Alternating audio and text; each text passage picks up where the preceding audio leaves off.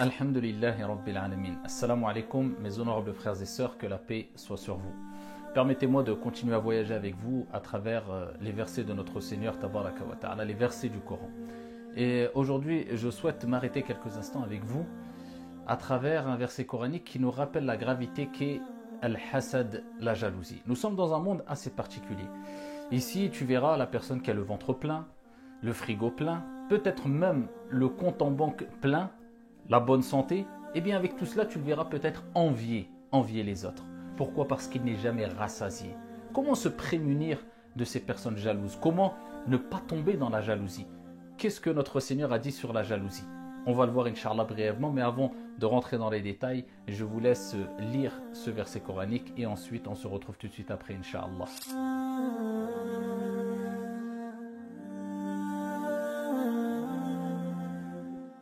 أم يحسدون الناس على ما آتاهم الله من فضله. Ils agissent avec jalousie. Notre Seigneur parle de ces gens-là qui agissent avec jalousie vis-à-vis de personnes qui ont été gratifiées par des bienfaits venant de qui? Venant d'Allah, venant de Dieu, venant de notre Seigneur, créateur des cieux et de la terre, le riche par excellence. Donc Dieu les blâme en leur disant: vous jalousez des personnes, vous agissez avec jalousie vis-à-vis de personnes gratifiées par des bienfaits qui viennent de moi. C'est pour cela que certains savants disaient que le jaloux, c'est comme s'il se plaignait de Dieu. C'est comme s'il disait: oh Dieu, tu es injuste. Tu as donné à un tel et tu ne m'as pas donné à moi. Allah subhanahu wa ta'ala, de par sa clémence, de par sa miséricorde, de par sa justice complète et parfaite, eh bien, il distribue ses bienfaits de manière appropriée. Il sait à qui et pour qui est ce bienfait bien précis. Et donc, on n'a pas à se plaindre quant aux bienfaits qui ont touché nos frères, nos sœurs, les gens autour de nous, en se disant: pourquoi lui et pourquoi pas moi? Toi, tu as des choses que l'autre n'a pas, et l'autre a des choses, a des bienfaits, est gratifié et comblé par des délices, par des bienfaits, que toi, tu n'as pas. C'est ici le partage de Dieu, notre Seigneur Tabaraka wa Ta'ala. Et c'est une épreuve aussi quelque part. Mais pourquoi envier les gens? Pourquoi agir avec haine? Sachez que Al-Hasad tue. La jalousie tue. La jalousie peut mener au meurtre. Et c'est pour cela que dans l'histoire, nous voyons que Qabil, le frère de Habil, les deux enfants de Adam, notre père Adam, eh bien, ici, il y a eu un conflit entre eux. Et Qabil a été pris d'une jalousie excessive qui l'a poussé à tuer et à commettre le premier meurtre sur la surface de la terre. C'est le meurtre de Qabil vis-à-vis de son frère Habil. Pourquoi? Parce que Qabil était jaloux de qui? De son propre frère. Donc rien d'étonnant que la jalousie entre même au sein des membres d'une même famille. Et pourquoi pas, vous avez l'exemple de Youssouf, alayhi salam aussi. Youssouf qui, ses propres frères ont été jaloux de lui à tel point où ils l'ont jeté. Ils ont jeté ce prophète Youssouf dans un puits.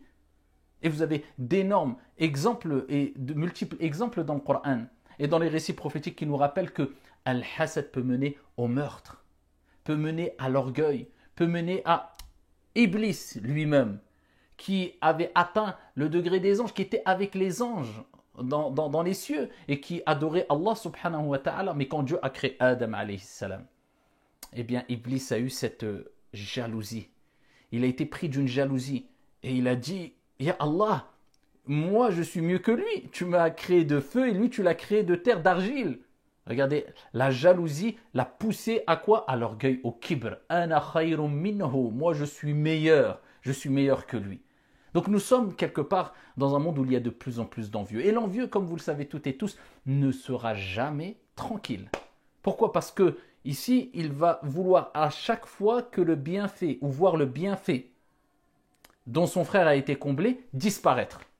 Et donc comme il verra son frère, ou son collègue de travail, ou les personnes autour de lui, eh bien, ici, vivre avec ce bienfait-là, eh bien, il ne sera jamais tranquille. Comme si ça allait changer quelque chose à sa vie, que ce bienfait disparaisse chez la personne qui est en face de lui, ou pas. Mais le jaloux est quelqu'un de malade, malheureusement. C'est une maladie. Et tout le monde a quelque part un peu de jalousie au fond de lui. C'est quelque chose de naturel. Mais le plus important, c'est de ne pas extérioriser cette jalousie par des méfaits, par des mauvaises paroles, par un mauvais comportement, par de la haine, etc. C'est de laisser mourir cette jalousie en soi et d'invoquer en faveur de son frère. Et de demander à Dieu de vous combler du bienfait ici par lequel a été comblé votre collègue ou votre frère que vous pouvez être amené à jalouser quelque part. Comment réagir face au jaloux? Quelle est la meilleure des réponses à apporter au jaloux?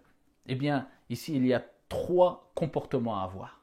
Le premier des comportements, je vous rapporte les paroles le poème de Ibn al-Mu'taz, rahimahullah ta'ala, lorsqu'il disait « Isbir ala kaydil hasoud, fa inna sabraka qatiluh, fa naru ta'kulu ba'daha illam tajid ma ta'kuluh » Patiente quant à la ruse du jaloux, quant à la méchanceté, quant au mal du jaloux, patiente. Et la meilleure des réponses à donner à l'injuste, au jaloux, au haineux, c'est de l'ignorer et de patienter et de t'en remettre au divin. C'est la meilleure des réponses. Et c'est ce qui va le tuer. Et regardez ce qu'il dit Ibn Mu'taz dans le poème « Isbir ala kaydil hasoud » Patiente quant à la ruse, au méfait du jaloux. « Fa inna sabraka qatiluh » Ta patience le tuera. Les personnes qui vous dénigrent, les personnes qui sont jaloux, les personnes en général qui s'acharnent sur vous, en général ils sont jaloux. Quand leur acharnement n'est fondé que sur du vent. Mais ils s'acharnent sur vous. Vous avez beau les éviter, ils continuent à s'acharner. Eh bien, ici, sache que ta patience les tuera. Et il donne l'exemple ici, une sorte de métaphore, ici qui a un rapport avec le jaloux. Et il dit « Fannaru ta'kulu ba'daha illam tajid ma ta'kulu » Il rappelle que le jaloux, c'est comme du feu. Et il dit « Le feu se consume quand il ne trouve plus rien à brûler ». C'est comme ça. Un moment ou un autre, ça s'arrête. Il ne pourra pas persister dans son mal tout simplement parce que tu l'auras ignoré. Première des choses, tu auras patienté. Deuxième des choses, remets-toi-en en ton Seigneur Tabaraka wa Ta'ala. Il faut se prémunir, bien sûr.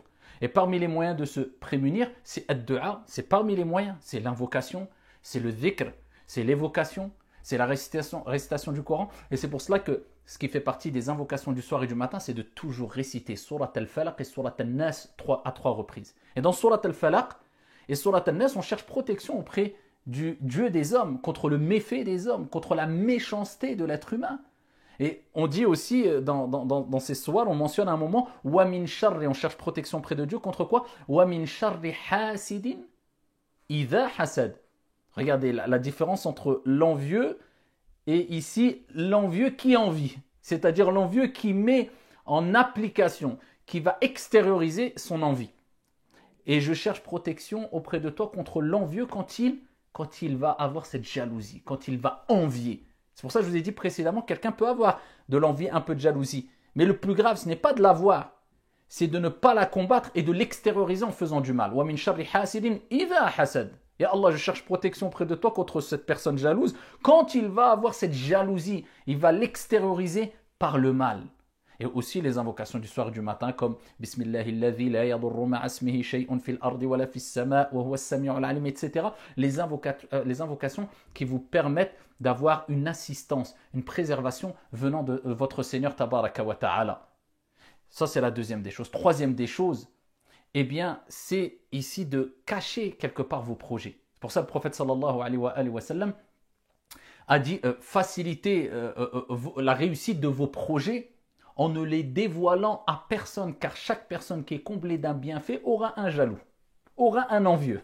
Donc ici, si tu veux favoriser la réussite de tes projets, ne les dévoile à personne, c'est-à-dire, eh bien, minimise le nombre de personnes qui vont être mises au courant. C'est-à-dire, évite de rapporter à tout le monde tous les projets que tu veux faire, les réussites que tu vas vivre, tes moments de joie, et particulièrement à travers les réseaux sociaux. Vous savez aujourd'hui qu'il suffit qu'une personne parte en vacances ou vive une chose, un moment de bonheur, en famille ou autre, et bien tout de suite il veut le publier, et voilà, dans son réseau à lui, sur des réseaux comme Snapchat ou Instagram, etc., il dévoile tout.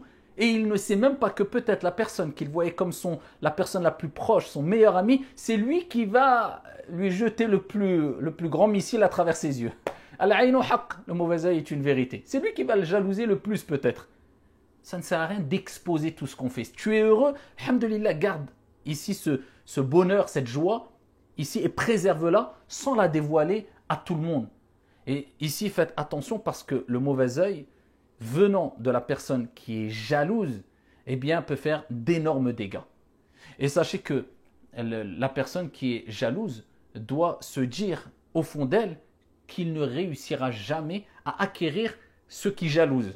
La chose qui jalouse, la chose qu'il envie, s'il agit ainsi. Par contre, s'il prend conscience que tout vient de Dieu, et il ne cessera de se fatiguer s'il agit ainsi, et qu'il va à l'encontre des recommandations divines, et qu'il est en train d'accumuler d'énormes péchés. Et le prophète alayhi salatu wassalam a dit que la jalousie dévore les bonnes actions comme le feu dévore le bois. S'il a compris ça, eh bien au contraire, il va invoquer, pas contre, mais en faveur de la personne qui est en face de lui, la personne qui est jalouse. Et vous savez que le prophète sallallahu alayhi wa sallam a dit, eh bien lorsque une personne invoque en cachette, c'est-à-dire sans en informer son frère, il invoque pour son frère dans la prière, il dit, ya Allah, cette personne tu lui as accordé du bien, rajoute-lui du bien, accorde-lui encore plus. Il y a un ange, Malak, tu préfères l'invocation d'un humain ou d'un ange? Un ange, Malak, rapporté par Muslim, qui dit Amin, et pour toi de même. Toi tu invoques pour ton frère, et bien l'ange dit Amin, c'est-à-dire Allahumma stajib, que Dieu accepte, et pour toi de même. C'est-à-dire ce que tu as demandé pour ton frère, l'ange réclame la même chose, demande la même chose à son Seigneur, à notre Seigneur pour toi. Donc, au lieu de dire j'aimerais que ce bienfait disparaisse, parce que c'est ça le hasad, la jalousie, c'est de vouloir que le bienfait qui a touché ton frère ou ta sœur, la personne en face de toi disparaisse. Non. Au lieu de vouloir cela, demande à Dieu de lui en rajouter, comme ça l'ange dira Amin et pour toi de même, et demande à Allah, comme tu as comblé cette personne de ce bienfait, eh bien si c'est un bien pour moi, accorde-le-moi aussi. Qu'Allah nous préserve de al-hasad, la jalousie.